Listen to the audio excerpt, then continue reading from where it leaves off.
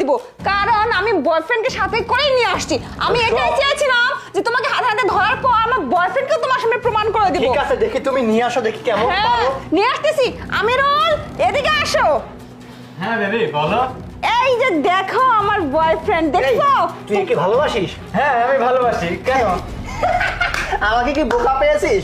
আমার বিশ্বাস হয় না যে তুই ওকে ভালোবাসিস। তোদের সম্পর্ক কতদিনে? আরে আমাদের সম্পর্ক 5 বছর হচ্ছে। আরে 5 বছর? দেখ ছবি, আমারে পার্কে ঘুরতে যাওয়া ছবি দেখছিস?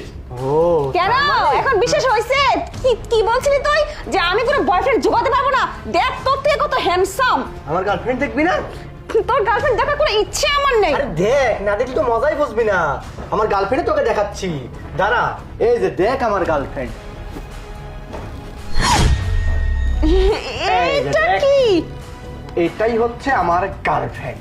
আমি খুব ভালো করে জানতাম যে তুই আমাকে বিয়ে করছিস ঠিক, কিন্তু তুই পিঠ পিছনে অন্য ছেলেদের সাথে সম্পর্ক করে বেড়াস। বাবা। সেটা তোকে হাতে নাতে ধরার জন্য আমি আজকে এই নাটকটা সাজিয়েছি এখানে বসে বসে। আর তুই ঠিকই আমার ফাঁদে পা দিয়ে তোর বয়ফ্রেন্ডকে বাসায় ডেকে নিয়ে আসছিস। তুই আমারটা খাস, আমারটা পরিস, আমার বাড়িতে থাকিস, আর অন্য ছেলেদের সাথে গিয়ে বাইরে ডেটিং মেরে বেরিয়ে আসিস, তাই না? না, মানে- এটাই ছিল তোর পরিচয়। তুমি- তুই আসলে একটা খারাপ মেয়ে, বুঝতে পারছিস? বেরিয়ে যায় ছেলের সাথে, তুই এখন বেরিয়ে যা। আরে বড় আরে বেবি আসো তো।